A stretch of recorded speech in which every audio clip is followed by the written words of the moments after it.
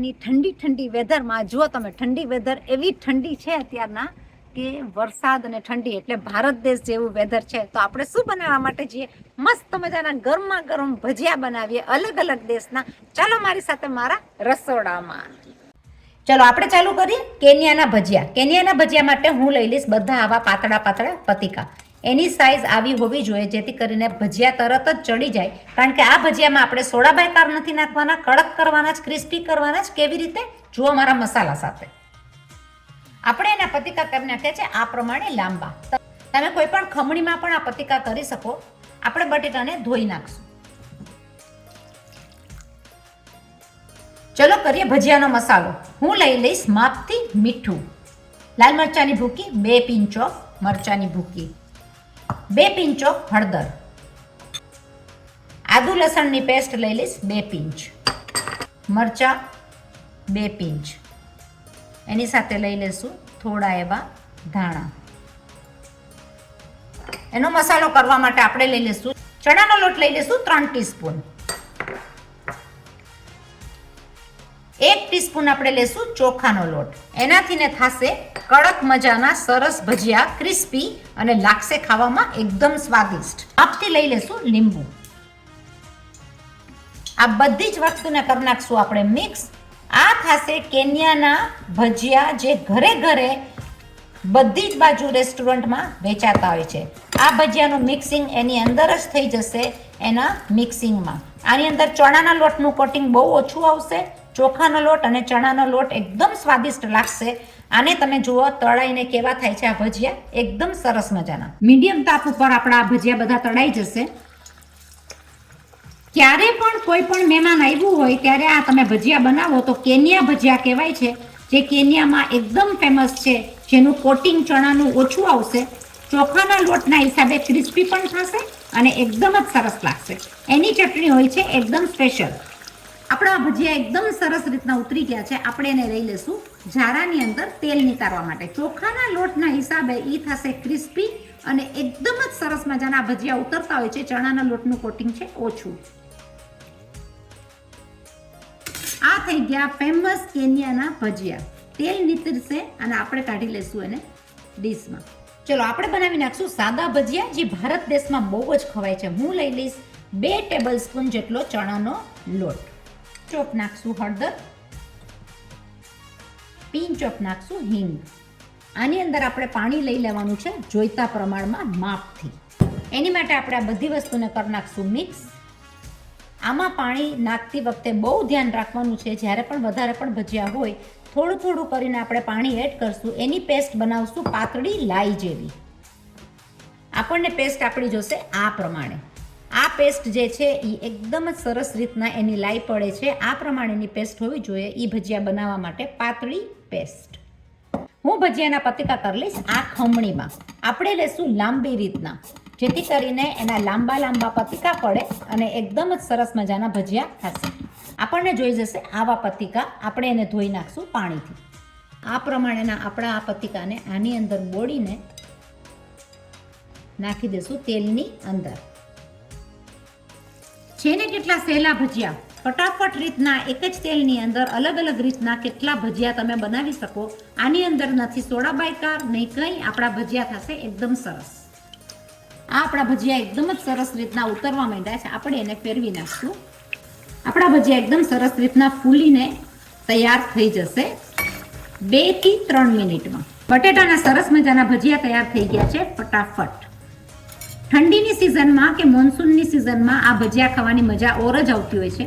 આ ભજીયા ખાવામાં બહુ ટેસ્ટી લાગતા હોય છે. આપણે તેલ નિતારીને લઈ લઈશું આપણી ડીશમાં. હું લઈ લઈશ કાંદા અને બટેટાનું મિક્સિંગ. આવા ઝીણા ઝીણા પીસ કરીને અને આપણે બધું મિક્સ કરી નાખશું. કાંદા બટેટાના ભજીયા એકદમ અલગ રીતના ઝીણી ઝીણી કાતરીમાં. ભજીયાની અંદરનો મસાલો થશે એકદમ અનેરો. હું લઈ લઈશ આ મારી પાસે જે ભૂસું છે એને ગ્રાઇન્ડ કરીને. આનો સ્વાદ એકદમ સરસ આવતો હોય છે કારણ કે આની અંદર બધી વસ્તુ મિક્સ હોય છે અને આ સ્વાદના ભજીયા તમે જરૂર બનાવજો. બહુ જ સરસ લાગતા હોય છે. ગ્રાઇન્ડ કરીને આપણે લેશું આ ભૂસું અને ગાંઠિયા હોય તો તમે ગાંઠિયા પણ લઈ શકો. આપણે કરી નાખશું એને ગ્રાઇન્ડ. ચલો આ અનેરા ભજીયાનો મસાલો કરી નાખીએ આપણે એકસાથે. આપણે ભૂસું જે ગ્રાઇન્ડ કરી લીધું છે એને લઈ લેશું. આદુ લસણની પેસ્ટ, લીલા મરચાં કૂટેલા, સ્વાદ અનુસાર લીંબુ, 1 ટેબલસ્પૂન ચણાનો લોટ, 1 ટીસ્પૂન ચોખાનો લોટ. આ જ બધી વસ્તુને આપણે એની અંદર જ એના મોઇસ્ચરમાં મિક્સ કરી નાખશું. 1 ટેબલસ્પૂન ચણાનો લોટ આપણે એડ કરશું. લઈ લેશું સ્વાદ વધારવા માટે થોડા એવા ચીલી ફ્લેક્સ. માપથી લઈ લેશું ધાણા. આપણું મિક્સ કરેલું મિક્સિંગમાં થોડું એવું નાખશું પાણી. આની અંદર બહુ પાણીની જરૂરત નહીં પડે. ચણાનો લોટ તમને ઓછો વધતો લાગે તો તમે એડ કરી શકો. અને આપણે એને બનાવી નાખશું કડક એવા મસ્ત મજાના મંચુરિયન ટાઈપના ભજીયા. મસળી નાખ્યા બાદ એને મિક્સ કરેલું મિક્સિંગ બહુ સરસ રીતના તૈયાર થશે. ચોખાનો લોટ અને ચણાનો લોટ તમારા જોઈતા પ્રમાણમાં તમે એડ કરી શકો. આના બનાવી નાખશું મસ્ત મજાના ગોળ ગોળ ભજીયા. આ ક્રિસ્પી એવા એકદમ સરસ મજાના ભજીયા તૈયાર થઈ ગયા છે, જે કોટેડ છે બટેટા અને કાંદાથી. આ મિક્સિંગના ભજીયા આ પ્રમાણે એનું મોઇસ્ચર નીકળ્યા બાદ બહુ જ સરસ મજાના ઉતરતા હોય છે. ખાસ બનાવજો અનેરા ભજીયા ભૂસું કે ચેવડો નાખીને. આપણા કોટેડ ભજીયા એકદમ જ સરસ મજાના તૈયાર થઈ ગયા છે. તો આપણા ભજીયા સાથે આપણે બનાવી નાખીએ અનેરી ચટણી. મેં લઈ લીધી છે થોડી એવી છાલ સાથે કાકડી, એની સાથે મેં લઈ લીધું છે ટમેટું. એની અંદર કરશું આપણે મસ્ત મજાનો મસાલો. હું લઈ લઈશ માપથી મીઠું જોઈતા પ્રમાણમાં. મરચાંની ભૂકી તમારા ઘરમાં જે પ્રમાણે ખવાય એ પ્રમાણે લઈ લો. મેં લઈ લીધી છે અડધી ચમચી મરચાંની ભૂકી. સાથે હું લઈ લઈશ આદુ અને લસણની પેસ્ટ. લઈ લઈશું થોડા એવા ધાણા. આ બધી વસ્તુને આપણે કરી નાખશું ગ્રાઇન્ડ. એની બનાવશું ચટણી એકદમ સ્વાદિષ્ટ. તો એવો સ્વાદ વધારવા માટે હું લઈ લઈશ થોડો એવો કાંદો. ઓપ્શનલ છે. આ આપણી એકદમ જ સ્વાદિષ્ટ જેવી ચટણી તૈયાર થઈ ગઈ છે. એકદમ સ્વાદમાં સરસ લાગતી હોય છે, કારણ કે ગળાશ ખટાશ તીખાસનું કોમ્બિનેશન બહુ સરસ છે. કોઈ બી ભજીયા સાથે આ ચટણી એકદમ સ્વાદવાળી લાગે. ચાલો આપણે બનાવી નાખીએ ચણાના લોટની કઢી. હું લઈ લઈશ અહીંયા 2 ટીસ્પૂન જેટલો ચણાનો લોટ. જોઈતા પ્રમાણમાં મીઠું, પિંચ ઓફ હિંગ, પિંચ ઓફ હળદર. હું લઈ લઈશ 1 નાની વાટકી છાશ. આને કરી નાખશું આપણે એકદમ સરસ રીતના મિક્સ. આ ચણાના લોટની કઢી બધા ભજીયા સાથે બહુ સરસ રીતના લાગતી હોય છે. એના ગાંઠા ન રહે એ રીતના આપણે એને કરી નાખશું મિક્સ. કઢીની જાડી પાતળી કન્સિસ્ટન્સી તમને જે પ્રમાણે જોઈએ એ પ્રમાણે તમે રાખી શકો. મારા પ્રમાણે આ કઢીની કન્સિસ્ટન્સી બરાબર છે. લઈ લેશું પેનની અંદર 1 ટીસ્પૂન જેટલું તેલ. લઈ લેશું જોઈતા પ્રમાણમાં રાઈ. નાખથી લઈ લેશું હિંગ. ફ્લેમ કરી નાખશું સ્લો. લઈ લેશું મરચાના કટકા.